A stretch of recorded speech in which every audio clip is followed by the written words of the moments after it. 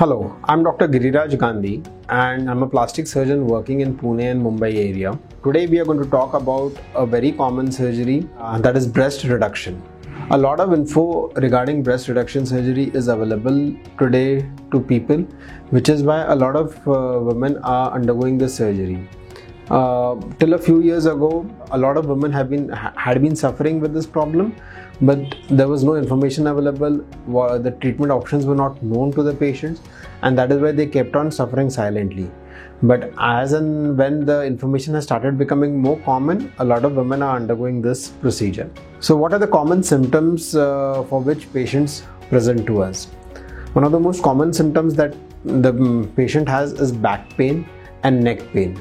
So this is usually when upper back pain and neck pain is associated with huge breast. This problem can be treated with a breast reduction surgery.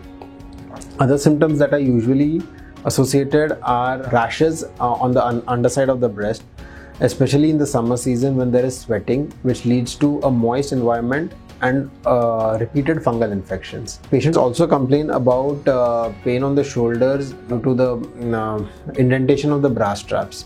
So the cause of all these symptoms essentially is the heavy breast on the upper chest, which is causing a pull on the muscles of your back and neck, which is causing all the pain and all the symptoms. And these symptoms can be easily treated with a procedure that I'm going to just describe.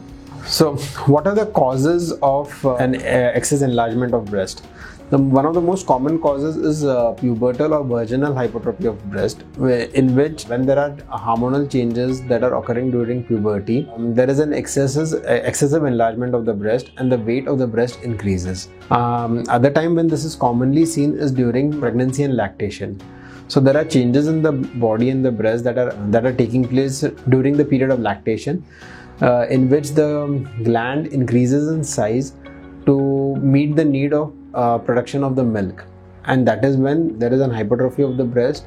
And after the period of lactation is over, some of this hypertrophy remains, and that leads to an uncomfortable feeling and all the symptoms that I just described before. Coming to the procedure of breast reduction, it involves a complete tailoring of the breast tissue and removal of the excess breast tissue. Very commonly, along with the breast enlargement, what is associated is sagging of the breast, which leads to an anesthetic look to the breast.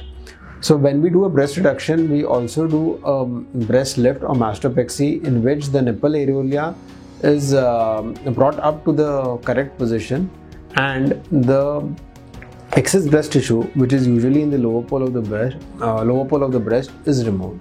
So in breast reduction surgery, the procedure starts off as a functional surgery because the patient has symptoms and distress because of the symptoms, which is why they come to us. Along with symptom relief, we also try to give a proper size and shape to the patient so that the patient is happy with the size and shape of the breast. So I usually do a superiomedial pedicle with a vertical scar or the lollipop scar, as this is the safest method of performing the surgery.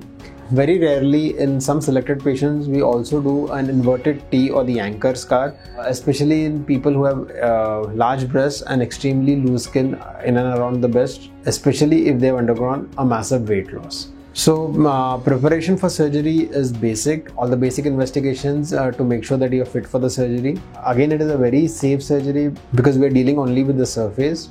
The only risk that may be involved is you may have some loss of sensation of the nipple following the surgery, which may last for around 6 to 9 months.